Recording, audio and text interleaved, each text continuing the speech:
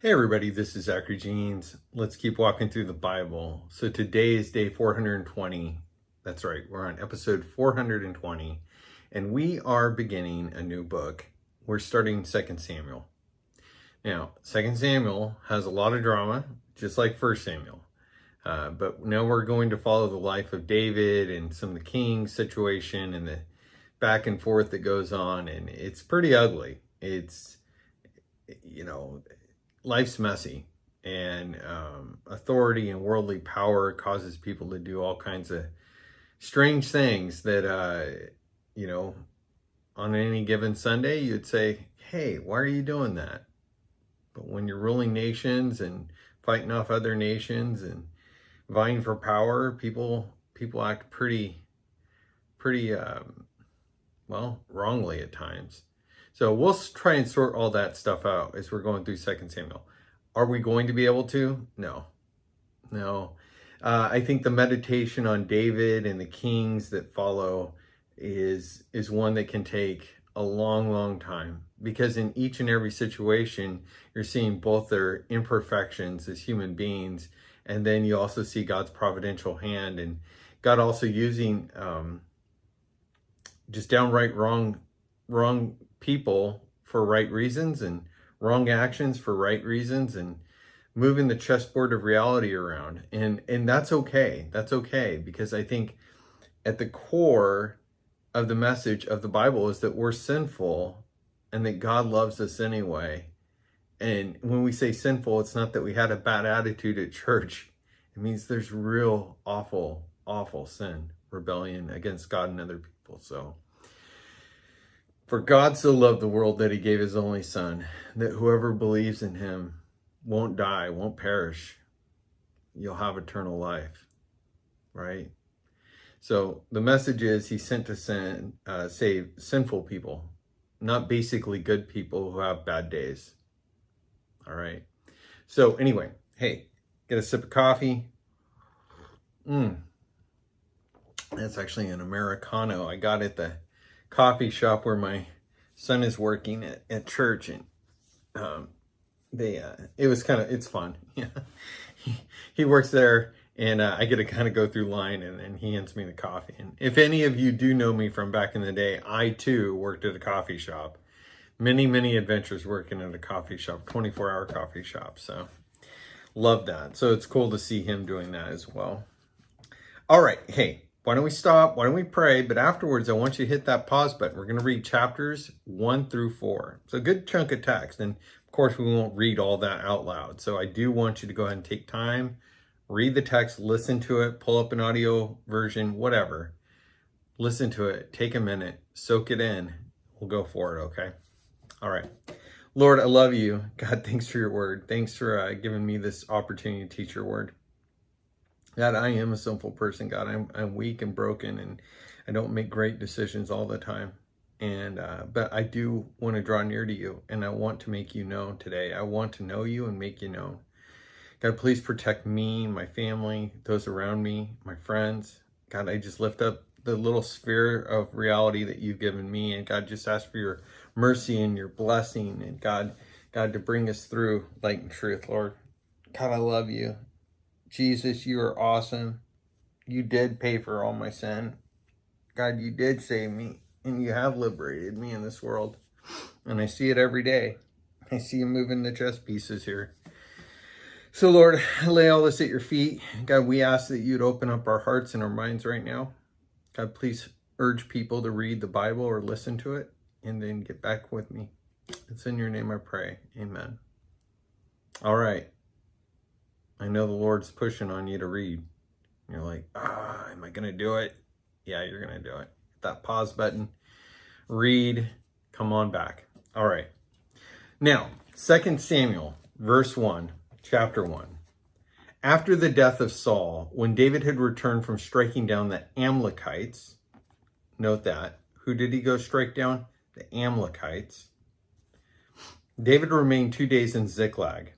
That's the town that he'd been living in the Philistine area, okay? That was the town given to him by Achish, the king of the Philistines. And on the third day, behold, a man came from Saul's camp with his clothes torn and dirt on his head. And when he came to David, he fell to the ground and paid homage. David said to him, "Where do you come from?" And he said to him, "I've escaped from the camp of Israel." David said to him, "How did it go? Tell me." You have a guy that's been running and wandering his way through who knows what. And he's found his way back to David. Okay, and he falls down, he gives proper, adoration, homage to him as a leader, a warrior, a king. Maybe not as king of Israel yet, right? But as the leader of the people there in Ziklag. And David wants to know how to go. So, because remember, he was pulled off the battle line and back to Ziklag, and then finds out that his whole family and everything was taken away by the Amalekites. Okay. So how to go? Tell me. And he answered, "The people fled from the battle. Also, many of the people have fallen and are dead. And Saul and his son Jonathan are also dead." Then David said to the young man who told him, "How do you know that Saul and his son Jonathan are dead?" I need proof. I need at least some sort of story that makes sense, right? And it's always good. I mean, just ask for more information. Okay.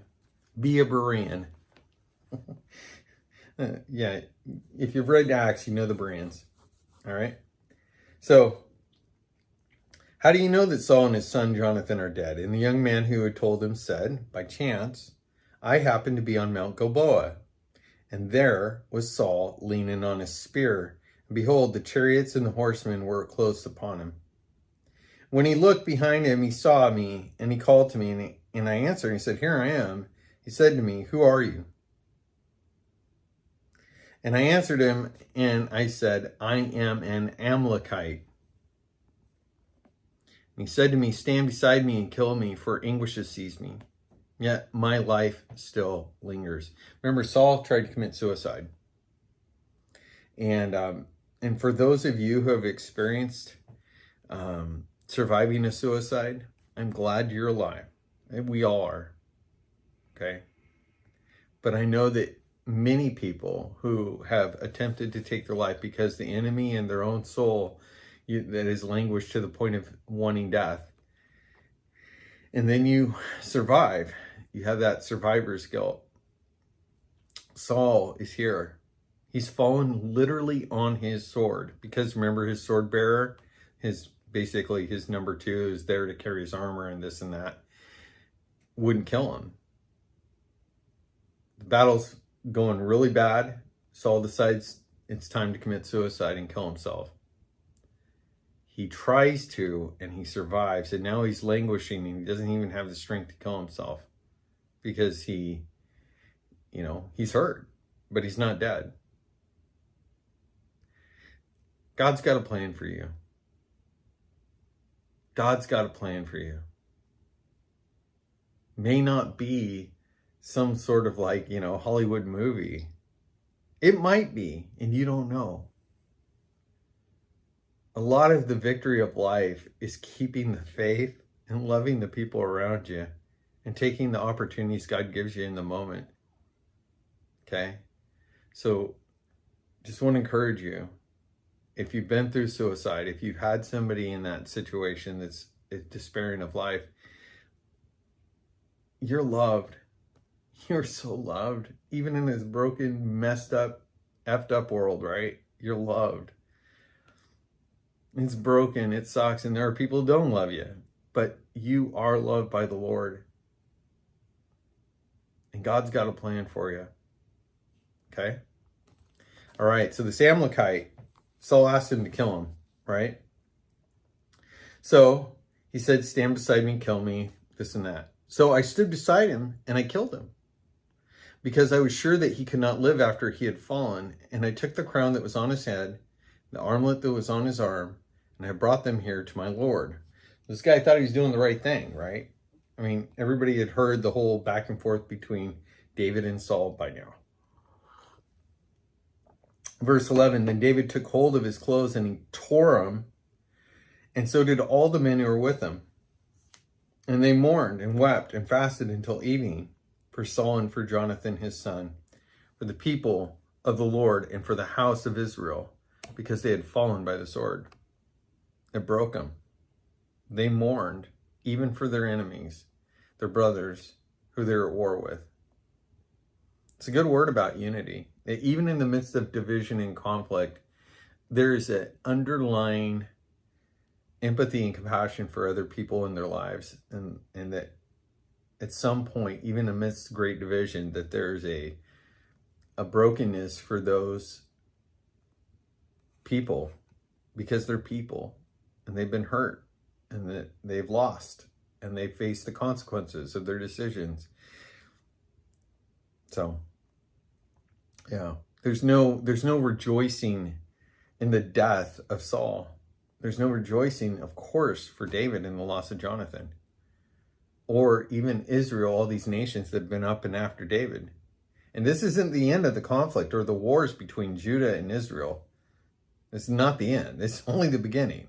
So it's not as if he's like, oh, and he's crying for 3 days or whatever. And then it's like, okay, we're making peace and, we aren't going to have any more fights. No, there's going to be more. Okay. So David says to him, and David said to the young man who told him, where do you come from? And he answered, I'm the son of a sojourner, an Amalekite. David said to him, how is it that you are not afraid to put out your hand to destroy the Lord's anointed?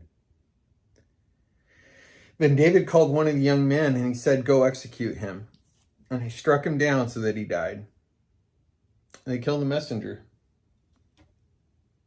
Well, he's more than a messenger. He was an actor in the process. But, this is one of those troubling passages. Did David do the right thing? Did he act out of anger and grief?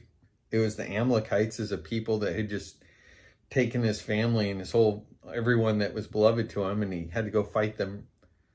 And he's back for, a little bit, and then he hears about Saul, and this guy's an Amalekite, and he kills Saul. He did what Saul asked him, right?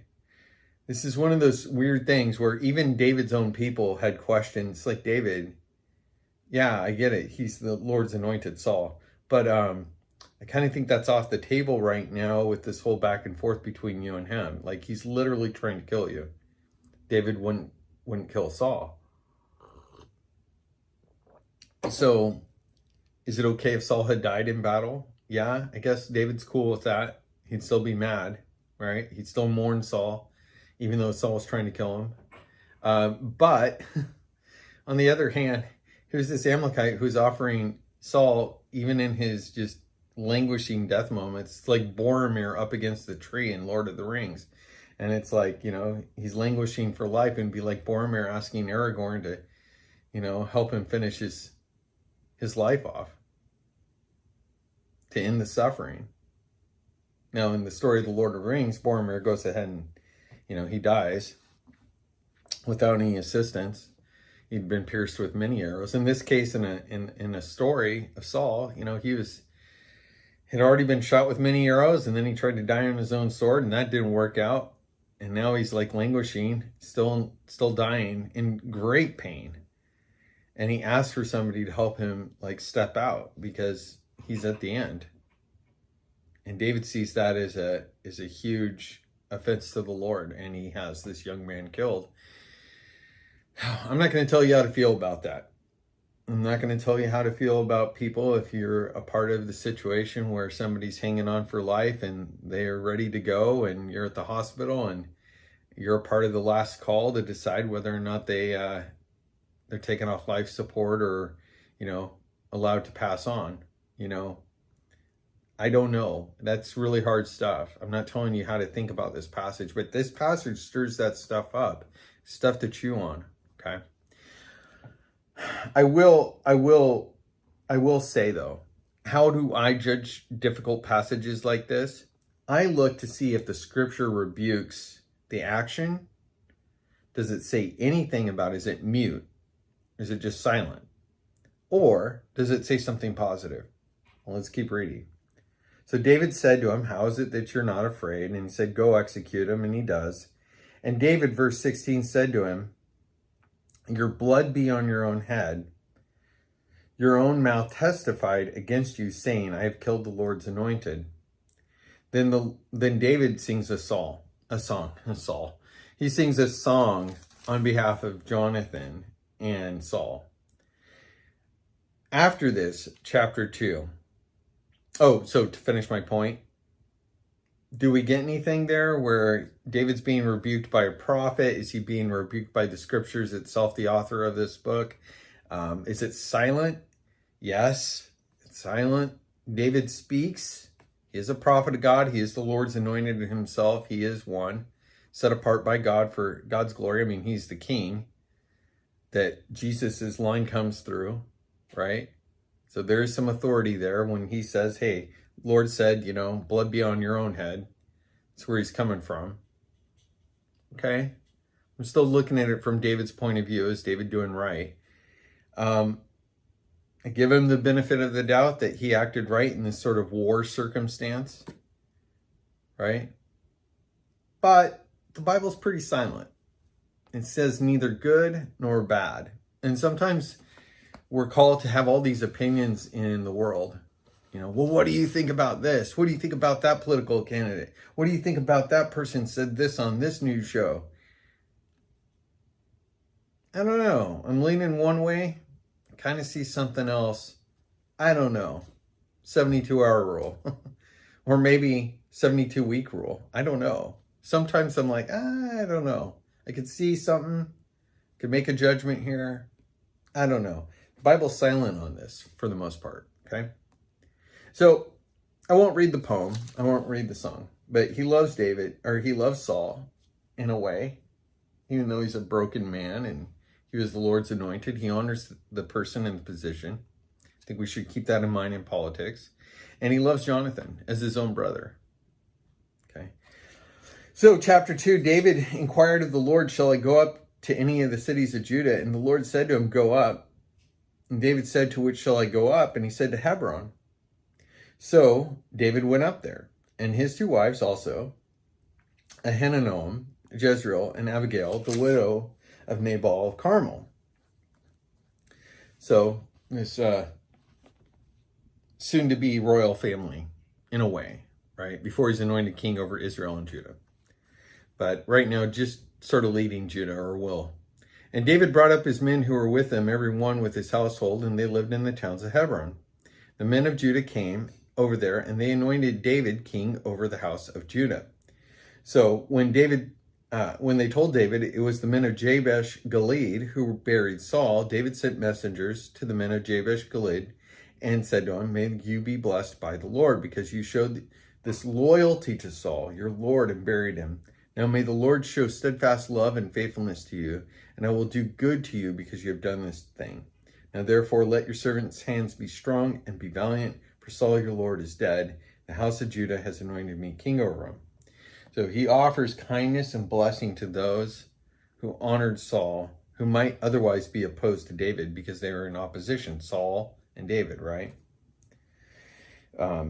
He could have been harsh, right? But he wasn't. He was kind. He was benevolent, rather.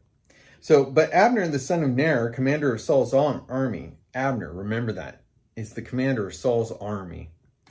Abner took Ish-bosheth, the son of Saul, and brought him over to Mahanaim, and made him king over Gilead, and the Asherites, and Jezreel, and Ephraim, and Benjamin, and all Israel.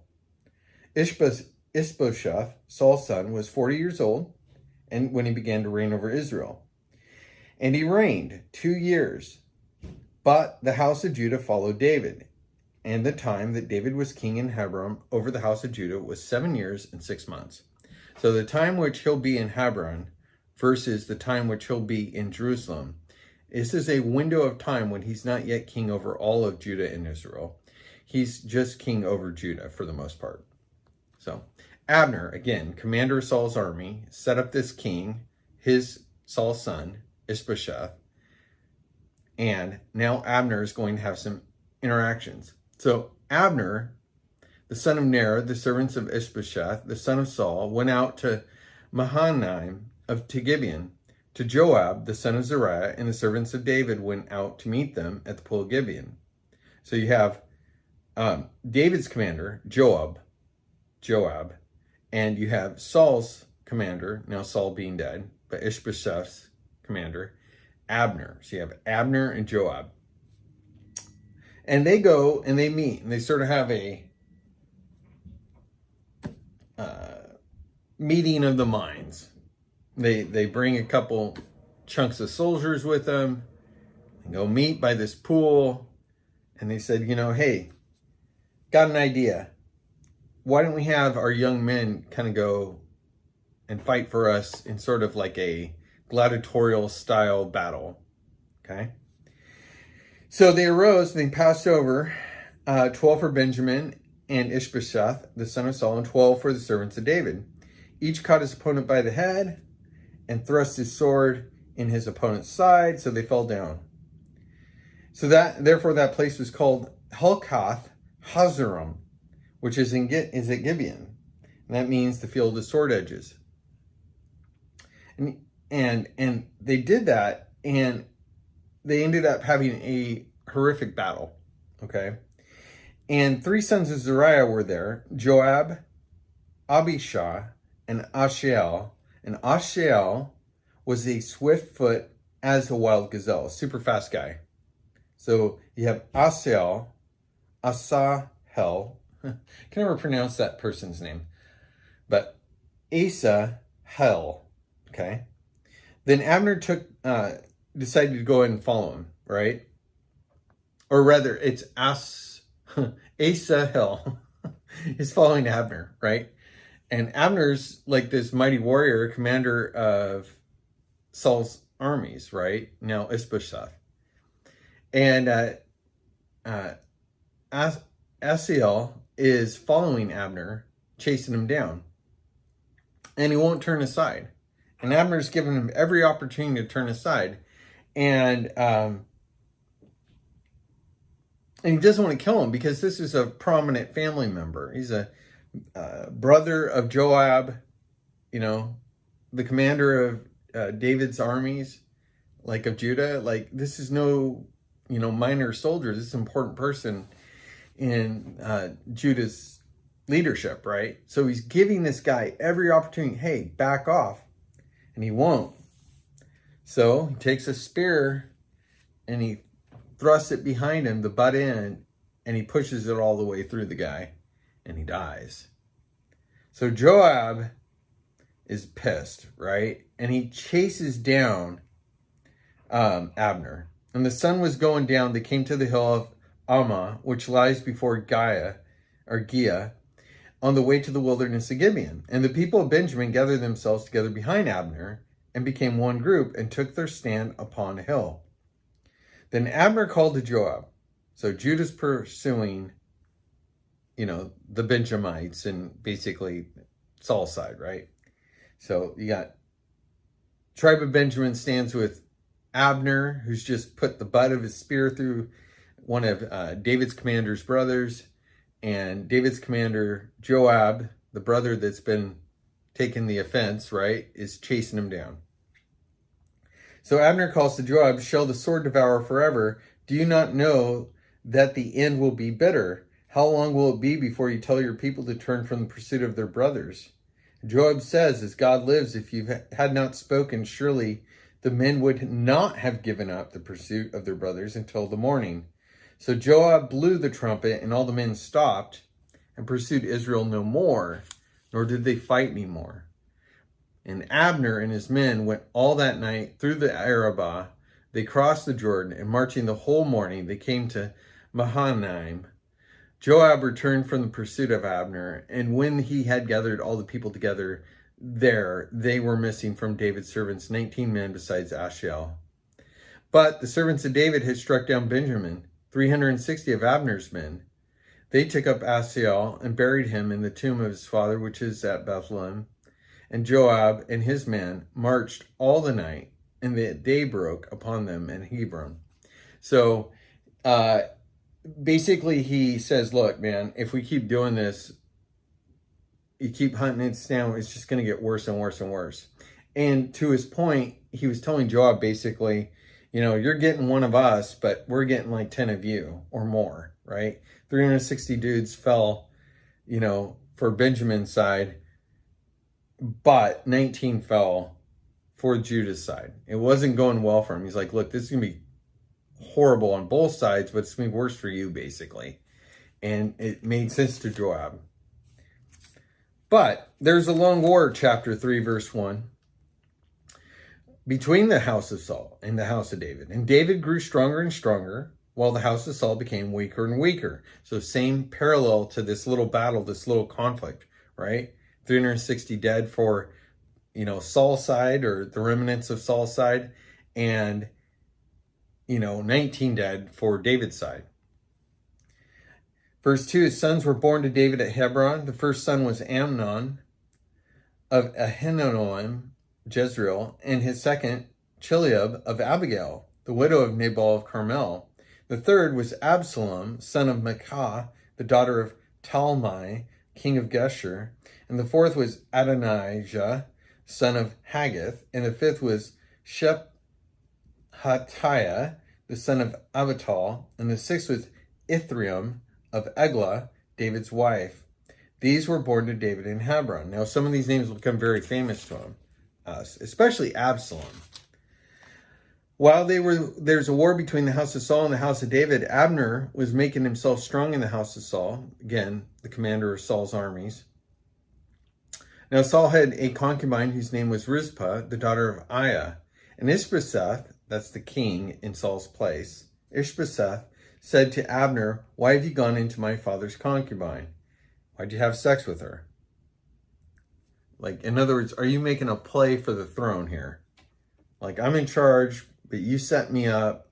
Now you're sleeping with my dad's, wife, or ex kind of concubine, not really wife, but, you're trying to set yourself up with someone. So he's accusing Abner of doing this. Abner was very angry over the words of Ish-bosheth and said, "Am I a dog's head of Judah? Lowest of the low.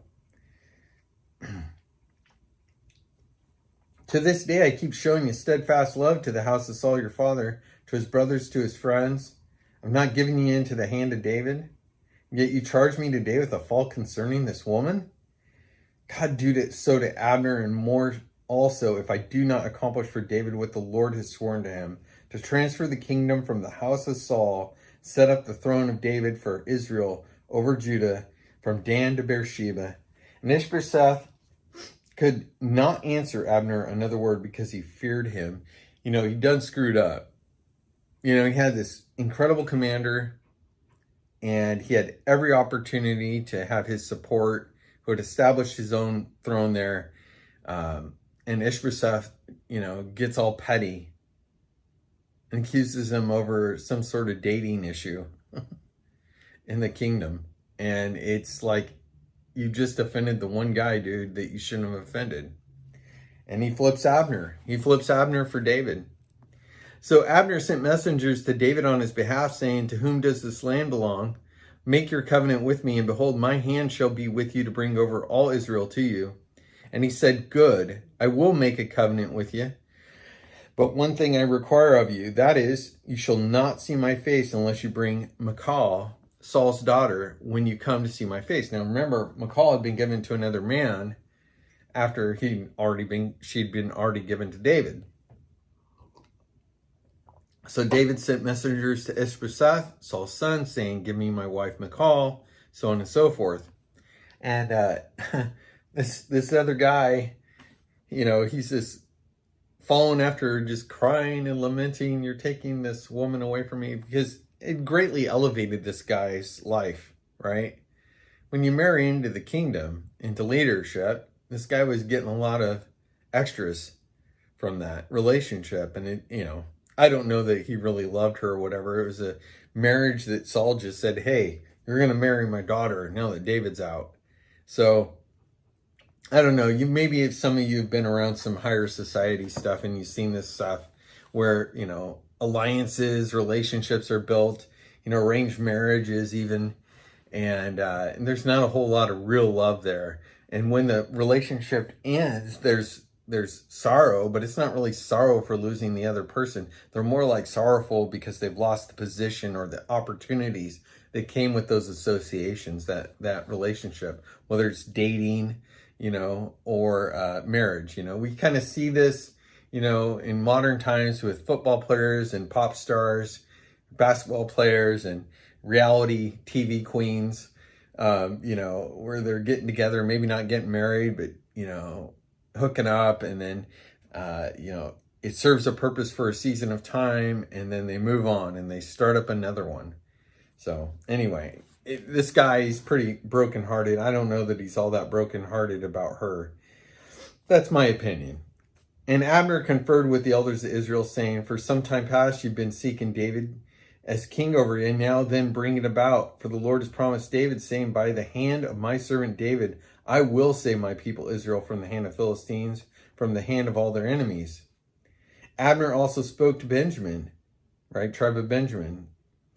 And then Abner went to tell David at Hebron all that Israel had, and the whole house of Benjamin thought what good to do for David. Okay. So Abner came with 20 men to David at Hebron. David made a feast for Abner. The men were with him. And Abner said, I will arise and go and will gather all Israel to my lord the king. So he's got Saul's general, basically, who had installed Ish-bosheth. Ish-bosheth betrays Abner's trust. Abner says, fine, you done screwed up, son. Says, you're done. I'm going to go make right with David. David says, one condition, you bring me back my wife from Saul. This will also establish his sort of authority relationship at the house of Saul. So that's also political too. It's not that he's lacking wives. These are marriages of not just convenience, but for power. Okay. So David's not off the hook for not having true love or whatever. Okay. So then David sent Abner away, and he went in peace. And just as the servants of David arrived with Joab from a raid, this is Joab is commander of David's armies. Joab shows up, finds out Abner had been around. Abner was not with David at Hebron, for he'd sent him away, and he'd gone in peace. When Joab and all the army that was with him came, it was told Joab, Abner, son of Ner, this is the guy who killed Joab's brother, came to the king, and he has let him go, and he's gone in peace. Then Joab went to the king and said, what have you done? Behold, Abner came to you. Why is it that you have sent him away so that he's gone? You know that Abner, the son of Ner, came to deceive you. You know that you're going out and you're coming. He knows you're going out and you're coming in. He read you. He was a spy, is what Joab's saying. So Joab came out from David's presence. He sent messengers after Abner, and they brought him back from the cistern of Sarah. But David didn't know about it. So Joab goes after Abner and says, hey, we got more messages for you. And so when Abner returned to Hebron, Joab took him aside into the midst of the gate to speak with him privately. And there he struck him in the stomach so that he died for the blood of Asahel, his brother. And afterward, when David heard of it, he said, I and my kingdom are forever guiltless before the Lord for the blood of Abner, the son of Ner. May it fall upon the head of Joab and upon all his father's house, and may the house of Joab never be without one who has a discharge or a leprous or holds a spindle or falls by the sword or lacks bread. Basically curses his household for this ridiculous act of jealousy. He wanted to, Joab was consumed with his vengeance to avenge his brother's death. And it got in the way of him seeing the bigger picture. Everyone had lost someone. Everyone had lost somebody in this conflict. And David's trying to unite a kingdom that had been at war with itself in civil war. And he's like, man, we all got to get over ourselves. And Joab was like, I'm not getting over the death of my brother. Even though it was his brother who was pursuing Abner, trying to kill the dude. And the guy just in self-defense kills the guy, but Joab's not having it. So Joab can't see past his own jealousy, right? His own vengeance, his own wrath, and cost potentially the peace and the unity of Judah and the rest of the houses of Israel.